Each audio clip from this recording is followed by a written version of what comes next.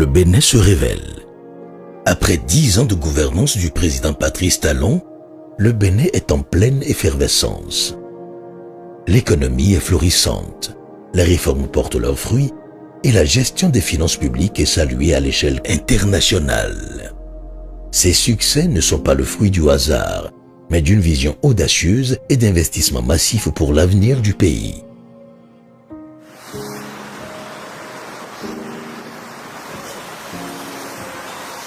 Pourtant, au cœur de cette dynamique, un défi essentiel persiste: garantir la sécurité des biens et des personnes. La sécurité des biens personnes au Bénin était un grand souci. Avant, c'est comme dans les films hollywoodiens où pour peu la police te pourchasse. Aujourd'hui, je crois qu'il n'y a plus tellement ça. Comment maintenir cette sérénité indispensable dans un monde en constante mutation? Nous allons plonger au cœur d'une transformation majeure, celle de la police républicaine béninoise. Une force de sécurité au service de la nation dont l'action quotidienne façonne la quiétude et la prospérité de millions de vies. C'est une réforme mûrie et bien pensée et qui aujourd'hui, dans sa mise en œuvre, donne des résultats. Découvrons comment elle contribue chaque jour à faire du Bénin un pays plus sûr et résolument tourné vers l'avenir.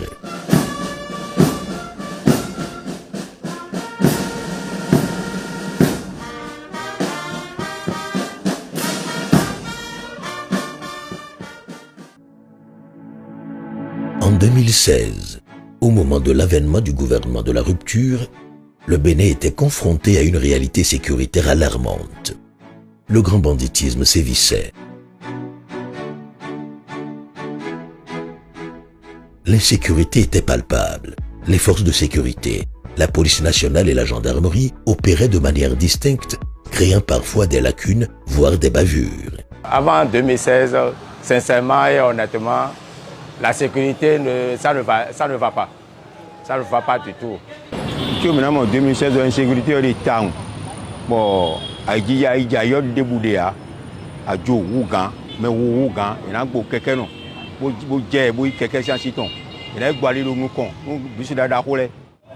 C'était un grand souci, il y avait eu beaucoup de cambriolages, beaucoup de vols, beaucoup de désordre quand même. Il n'y avait pas la paix du cœur.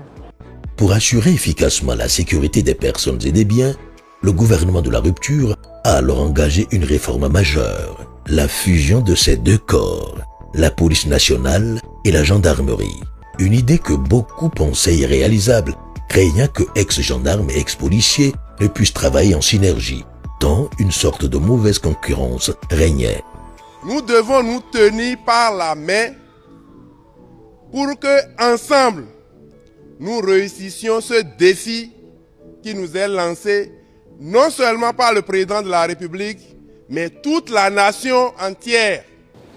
Qu'ils vous souviennent qu'avant la fusion, il y avait une recrudescence relative des cas de braquage. La cybercriminalité montait et le terrorisme aussi s'annonçait.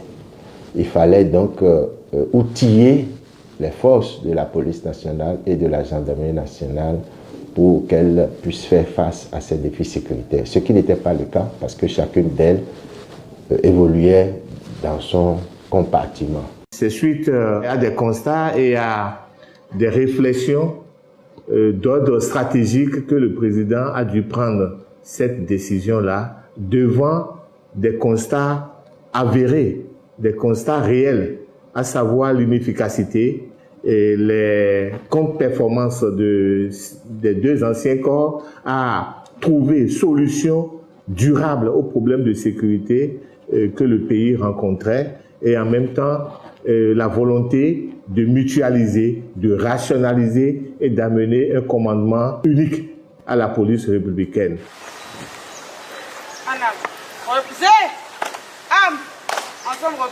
C'était la clé d'une réponse forte et cohérente face à des défis sécuritaires de plus en plus complexes.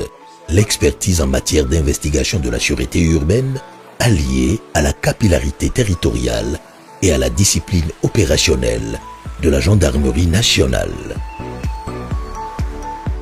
Cette réforme a rapproché nos rangs comme jamais.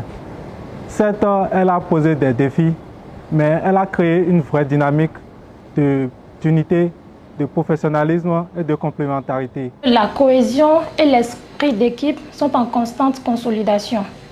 Et c'est vrai, cette réforme, aussi dynamique qu'elle soit, présente des défis, c'est vrai, mais c'est une réforme fondée sur l'unité et le professionnalisme, sans distinction aucune.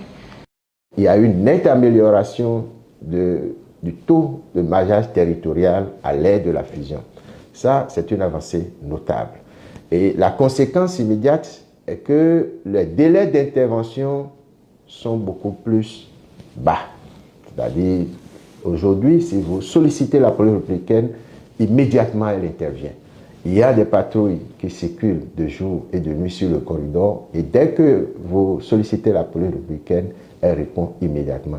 Deuxième avantage, lorsqu'on se réfère par exemple au problème d'insuffisance de moyens. Aujourd'hui, il n'y a plus deux entités qui assurent la sécurité pour que l'État soit obligé d'éclater le budget en deux. Alors, plus on a le budget ensemble colossal, mieux on atteint des objectifs. La création de la police républicaine, actée par la loi numéro 2017-41 du 29 décembre 2017, n'était pas qu'une simple addition, mais une véritable synergie. C'était un pari audacieux mais réfléchi, porté par une volonté politique forte de moderniser l'appareil sécuritaire de la nation béninoise. Nous avons davantage une couverture sécuritaire qui est adaptée aux défis actuels. D'une centaine de commissariats, d'une centaine de brigades de gendarmerie, nous sommes aujourd'hui à plus de 400 commissariats et services de police. La finalité, c'est d'ouvrir tous les 546 arrondissements. Aujourd'hui, nous dépassons déjà 400 et c'est une très bonne chose et ça va continuer dans sa mise en œuvre. Aujourd'hui, tous s'accordent pour reconnaître que cette réforme fut utile. Tant et même, nous avons changé de tour. Bon, par exemple, la radio est sur côté, et bon, mais quelqu'un merci, et Roumelo, et Sornumelo. Bon, on a blâmé, la sécurité est sur côté, et nous avons daloté. Nous avons des boys, soit nous sommes nous avons tour, mais bon, avant nous avons mais quand on les a mis ensemble, les choses ont changé où il n'y a plus guerre d'intérêt. L'objectif est désormais unique et tout le monde y travaille pour ça. Nous avons la paix du cœur par rapport au vol. On va à la maison, on dort bien, parce qu'on sait que c'est sécurisé. Nos boutiques sont sécurisées. La police républicaine se montre de plus en plus efficace, devenant une police au service des populations. Mon sécurité, le monde est pas du temps pour. Le monde vous vivez gondo di demain parce que du temps là, il y a de beaux nous mi ouais, il y a de beaux nous mi. D'ailleurs, ni mi moyen, mi non de si jadi. Quand les gens veulent traverser la voie, la police est là pour les aider. Et sur les routes, au niveau des feux tricolores, il y a la police qui est là, qui fait le travail correctement bien. Et que maintenant, là, on sent bien que la police est présente sur le terrain. Si tu veux passer sur la voie, tu sais,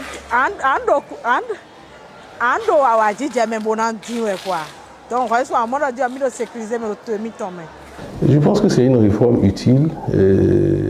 Certes, il y a des difficultés, des challenges que nous continuons de surmonter.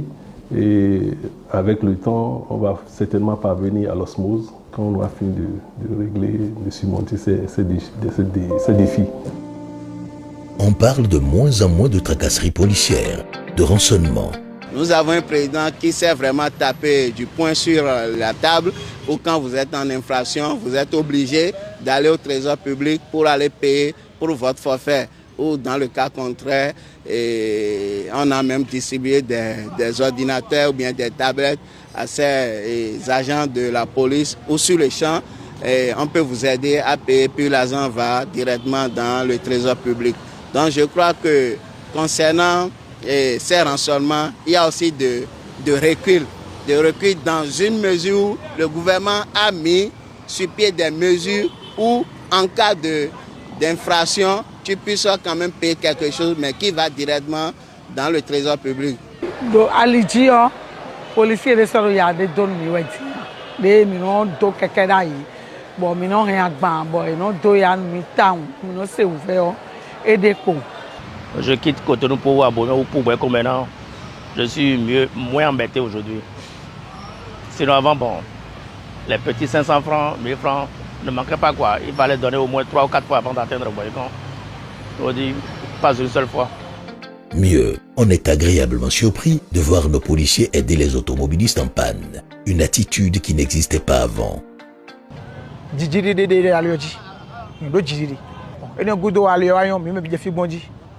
Mais ni goût de dire bébé dion à terre pas nos filles de bonum à mon gâteau là donc à mon chef là quelqu'un doit essayer de rapidement et mes mécaniciens mais il a beau de tout et les on vit on les déjà on les système chanfia de yon amen monsieur de filet moi de fine.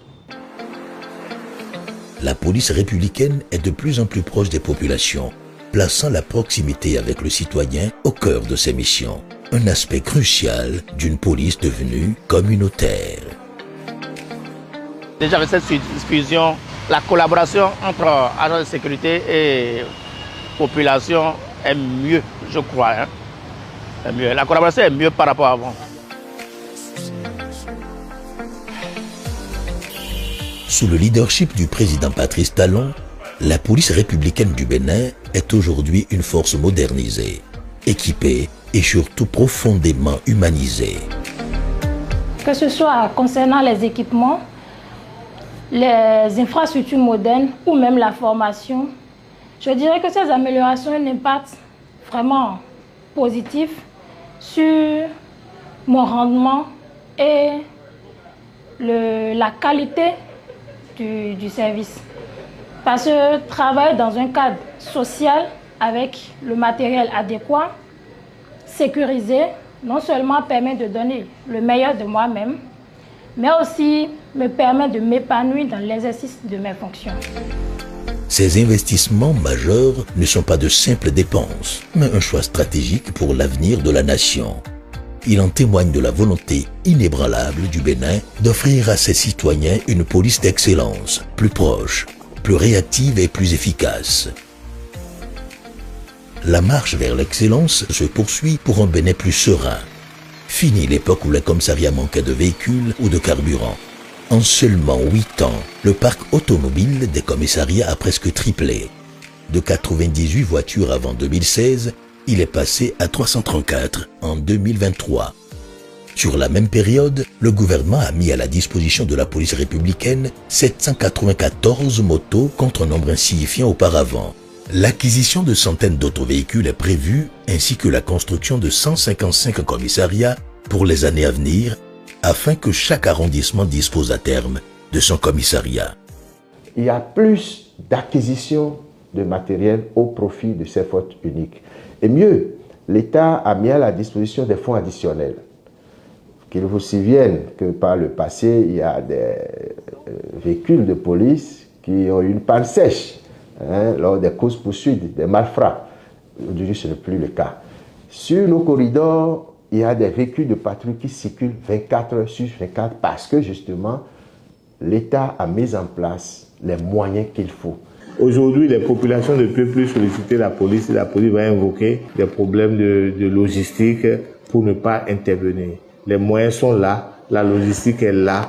Il ne revient qu'aux policiers d'accroître également leur niveau de professionnalisme et c'est ce à quoi nous travaillons au jour le jour pour amener les policiers à savoir que le métier du policier est un métier de sacerdoce, c'est un métier de service public qui demande résolument à se mettre au service des populations pour lesquelles nous existons. Cet investissement massif a eu un effet immédiat, augmentant considérablement la capacité opérationnelle de nos forces de l'ordre.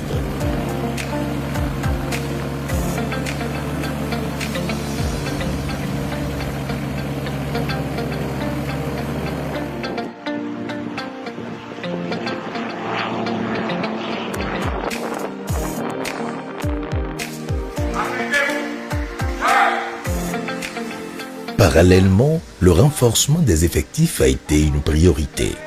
Depuis 2016, pas moins de 5600 nouveaux agents de police ont été recrutés, formés et déployés sur le terrain.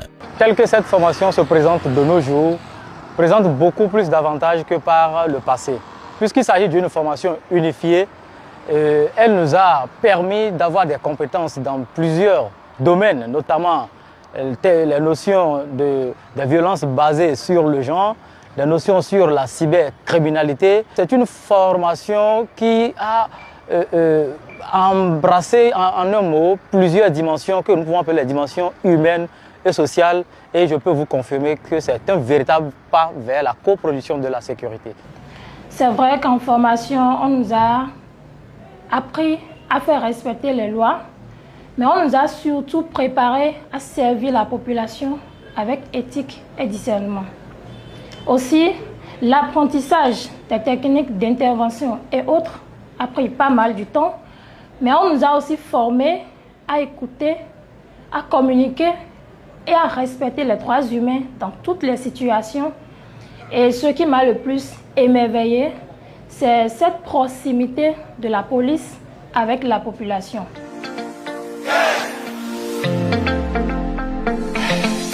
Alors, ce qui a été fait, c'est de tirer et de capitaliser tout ce qui est bon en matière d'expertise militaire du côté de la gendarmerie et de tirer tout ce qui est bon en termes d'expertise policière du côté de la police nationale. Et c'est ce savant dosage qui a permis d'assurer une formation équilibrée aux fonctionnaires de la police républicaine, et cela leur a permis de faire face beaucoup plus efficacement aux défis sécuritaires de leur temps.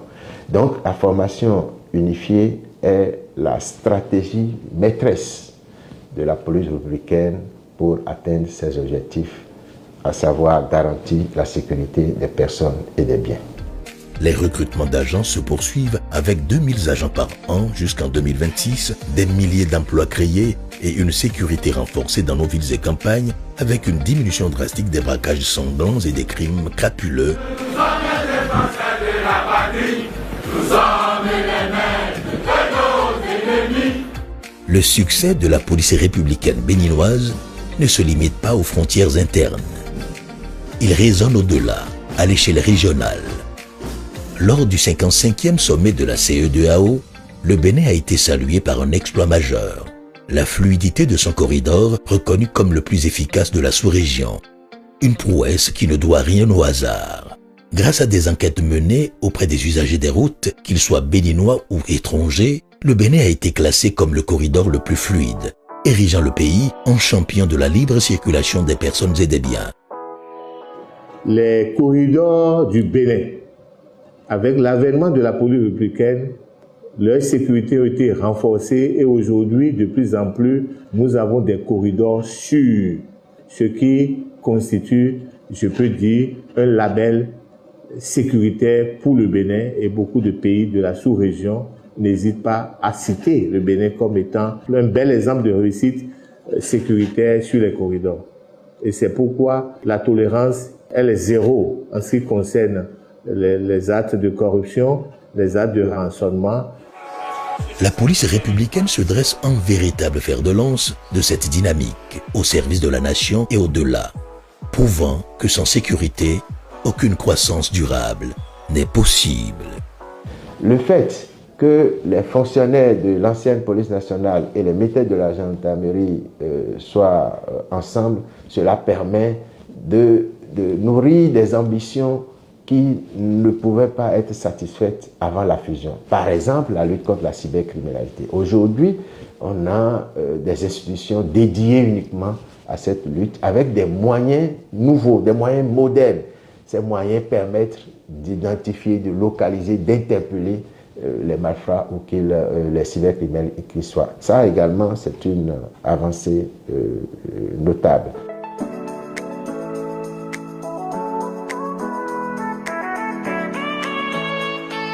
Le constat a été que la police, toute seule, pouvait avoir des angles morts dans sa lutte contre la cybercriminalité. Et cet angle mort se retrouvait au niveau de l'investigation numérique. Alors qu'à côté, il y avait un appui qui se faisait au sein de la CIN et de son laboratoire d'investigation numérique qui justement regroupait des experts, des techniciens qui eux étaient très bons et très à l'aise justement dans cette partie d'investigation du cyberespace.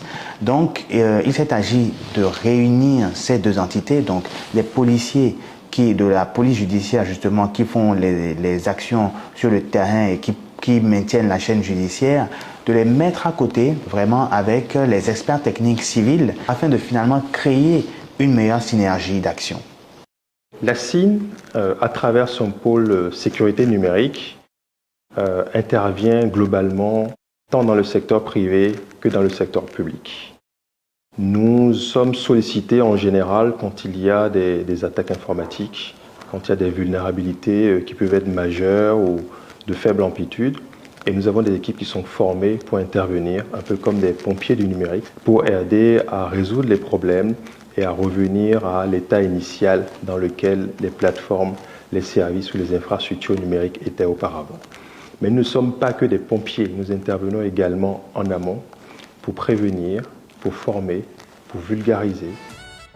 La sécurité d'une nation ne se limite pas à ses infrastructures internes ou à ses corridors économiques.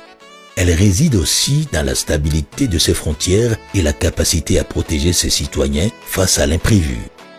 Le gouvernement du président Talon a choisi une approche novatrice, la gestion intégrée des espaces frontaliers. La BJF, l'Agence béninoise de gestion intégrée des espaces frontaliers, ne se contente pas de surveiller. Elle est la garante de la cohésion sociale. De 2016 à 2023, 13 nouveaux commissariats frontaliers ont été construits et une dizaine d'autres sont en cours, permettant un meilleur maillage sécuritaire et améliorant les conditions de vie et de travail de nos forces de sécurité dans les localités difficiles. C'est un offre de soulagement puisque aujourd'hui, la BGF ne se limite plus à la délimitation ou à la démarcation de nos frontières. Construire des infrastructures, ça rapproche les administrés de l'administration. Vous êtes présentement à Cabo, dans une construction militaire bien sécurisée. C'est une méga construction qui a été attribuée à la police par la BGF. Et cette construction est constituée d'un bloc administratif, d'une salle de réflexion, d'une salle d'instruction, des dortoirs et également d'un bloc de latrines et de douches. Dans cette même logique, 125 infrastructures socio-communautaires, des modules de classe au forage ont été construites dans les zones frontalières, soit 150% de ce qui existait sur l'ensemble du territoire national en 2016. Parallèlement, en matière de protection civile, d'importants efforts ont été consentis. Une bonne trentaine de barques motorisées a été acquise pour les communes dotées d'embarcadères, contre seulement 3 qui existaient en tout en 2016. Plus de 10 nouveaux centres de secours ont été créés en 8 ans, complétant les 15 existants. Ces infrastructures ainsi que le matériel de transformation agricole fourni au groupement de femmes sont les symboles tangibles de l'engagement de l'État montré aux populations frontalières qu'elles sont au cœur des préoccupations du gouvernement. Avant, il n'y a rien ici. Il n'y a rien. On donne la bourse comme ça. Mais depuis le temps que l'école a commencé, toutes les populations sont contentes. Tout ce qui est là maintenant, c'est pour vous remercier parce que le changement qu'il y a ici, c'est le changement de la joie. À BGF, on remercie beaucoup. Avant, nous souffrons d'eau. Cette fois-ci, c'est un peu mieux. L'électricité aussi, c'est un peu mieux. L'école aussi, c'est quelque chose qu'on tient à vous remercier beaucoup, puisque cela montre combien de fois vous luttez pour nous. Autorité ici intervient Charlie parler. Grâce à des réformes audacieuses, à des investissements massifs et à la vision claire du président Patrice Talon, la police républicaine du Bénin est devenue un pilier essentiel de la sécurité nationale et un modèle pour la sous-région. Une institution en pleine mutation, résolument tournée vers l'avenir. Nous devons être fiers de cette réforme et dire que chaque policier, non seulement dire, travailler à ce que chaque policier puisse être engagé dans cette réforme pour qu'elle puisse donner les résultats escomptés. Héritière des Agodiers, je voudrais que la gente féminine rejoigne massivement la police républicaine afin qu'ensemble, nous puissions relever ce défi de sécurité publique. La libre circulation des biens et des personnes n'est plus un vœu pieux, mais une réalité contribuant directement à la dynamique économique du pays et au bilan impressionnant du régime de la rupture. Nous travaillons à ce que la vue du policier ne fasse plus peur, mais au contraire, que la présence de la police rassure. Et c'est pourquoi j'œuvre et j'engage tous les policiers à assurer une présence policière rassurante pour régler les problèmes. Et quand je parle de confiance à cultiver en la police, c'est les amener à s'associer à la police à travers notre approche police communautaire pour trouver solution durable aux problèmes sécuritaires et pour élever en même temps le niveau de sécurité du pays. Alors que l'engagement du président Patrice Talon et de tout son gouvernement reste inébranlable, le Bénin continuera de bâtir son avenir. La sécurité des biens et des personnes restera une priorité, garantissant ainsi un développement harmonieux et durable pour tous les citoyens d'ici 2026 et au-delà.